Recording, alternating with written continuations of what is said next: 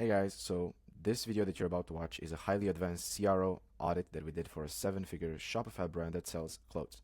Now, I made this audit super digestible, super easy, and all of these insights you can take and you can test them out on your own brand and make millions of dollars a year. Everything that I'm sharing is backed by our own experience driving $40 million this year alone through A/B testing and psychology. Now, let's jump straight into the value, and please let me know if you like this kind of content in the comments below. So the first one is the menu. As I'm going and I'm checking out the menu, we work with themes that are the same as yours on Shopify. And first thing that I highly recommend to fashion brands, we work with quite a few, is making the mega menu way more visual, if possible, almost fully visual, just because the human eye associates way faster where it needs to go. So if we show not only that, but we carefully take out from the shop, from the apparel, then we go into subcategories and we can pick a few that are way more popular than others. This is called merchandising. We look at the 20% that brings 80% of the revenue, and then we just merchandise them and we prioritize them higher. And this is how you're going to juice way more money, because now the best-selling categories, or the ones that have the highest conversion rate across the funnel, now they will be prioritized here. So you will just make way more money. This is number one. Number two, I would highly encourage to put a testimonial. It depends on how this will be redesigned or rearranged. If we can understand who is the end customer and tackle one of their potential objection, or talk about the specific desire that they will have, and if we can talk about it at every stage in the funnel that they are at and remind them and tackle some objections, you will make way more money. So the mega menu is such an easy way to do that by showcasing it somewhere in this area. Super easy. So that's number one. We did that many times. We A/B tested. We saw that the trend in fashion is going more visual. So we saw that it makes a lot of money. Highly and daily recommend you to do the same. Now, next one. I would like to talk a little bit about the offer. I love the fact that right now you are offering the free bracelet, but I would like to talk about bundles. So one of the easiest ways that we managed to raise the average order value for a couple brands that are in fashion is just by making curated packs. So we check with Triple Whale, we check with Google Analytics, we check with Shopify Analytics, and we see what are the most frequently bought products together at the time span of, let's say, last 90 days, 120 days, and last 12 months. And then we come up with a few products that are at a discount, of course.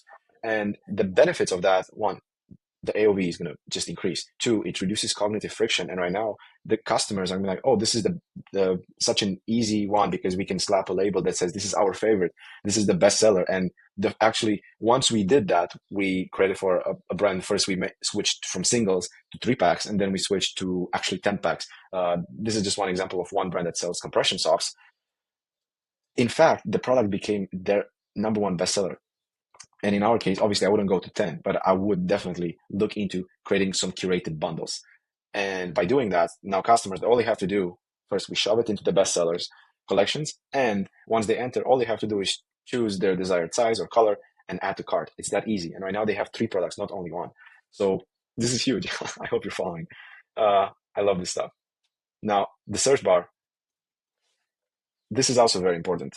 It's not really that looked at, but it makes such a difference. Number one, I would mainly recommend potentially expanding it right here and making it like wide, just like in Google, and changing something in it. We would like to add, so what I would recommend is adding the most typed keywords. And we just put trending keywords right here. And we checked with Shopify Analytics, because this is where we find that information. And we can change them based on seasonality, of course. And by doing that, now they don't have to think so much. If they are recurring customers, this will help so much. If they are new customers, this will help them nudge and get where they want to go faster without putting like a resistance wall in front of them. And by optimizing the user experience, you guys will make so much more money. Now, going to the PDP, I would say the product photos are not fully optimized, and I would give you a few nudges in here. One, why this matters, why the product photos matter so much, is this is the above the fold section.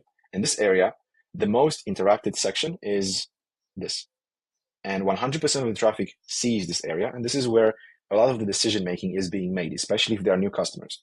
If they are not new customers, probably they will, sometimes the decision making gets more into the collection page. And this is another conversation. But for new customers specifically, if we can make it easier for them to find the size guide, which can be added in here. Some benefits, again, reinforce the unique selling propositions that are right here, and not just right here, but we talk about the cause, the fact that if we donate, we need to remind them. People need to be reminded more than need to be taught. So we need to remind them in here as well. So by showcasing some benefits, some features, and talking about the size guide, you guys will make so much more money. And this is just or also adding a testimonial, again, that tackles a specific objection that they might have. Gold.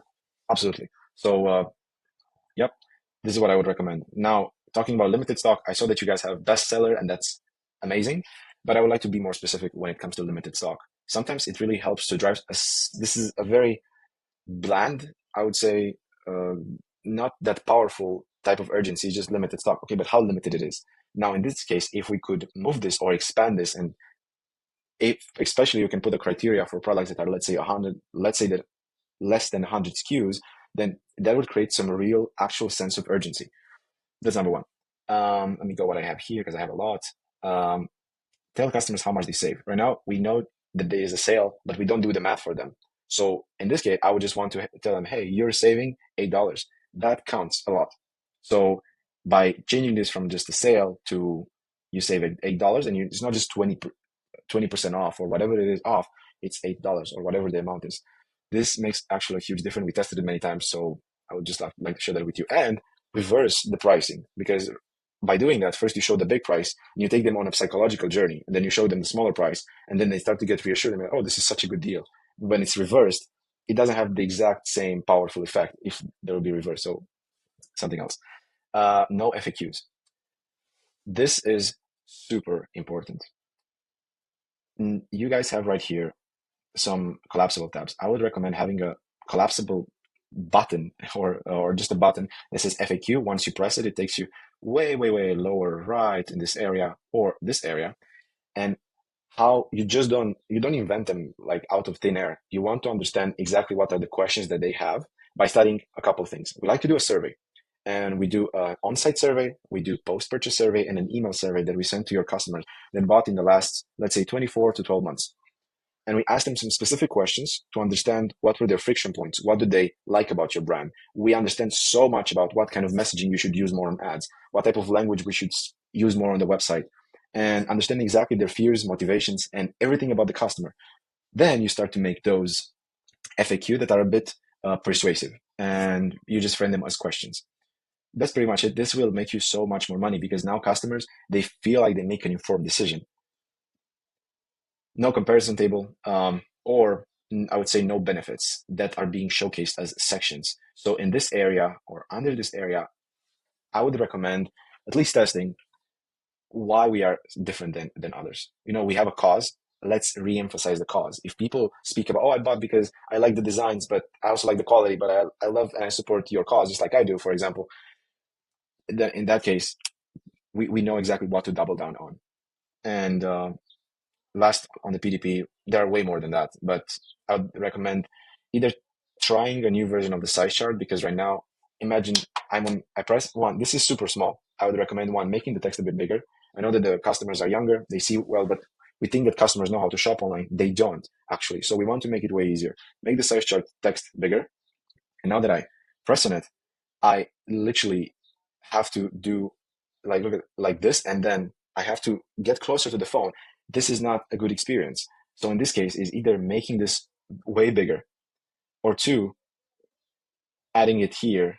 This is another option. But what we've seen the best success with is adding either an app or building an app that is, I think it's called True Fit. And that app will just ask them questions. Hey, how tall are you? Are you, fat, not, whatever? And by asking those questions, they will know exactly what size to pick.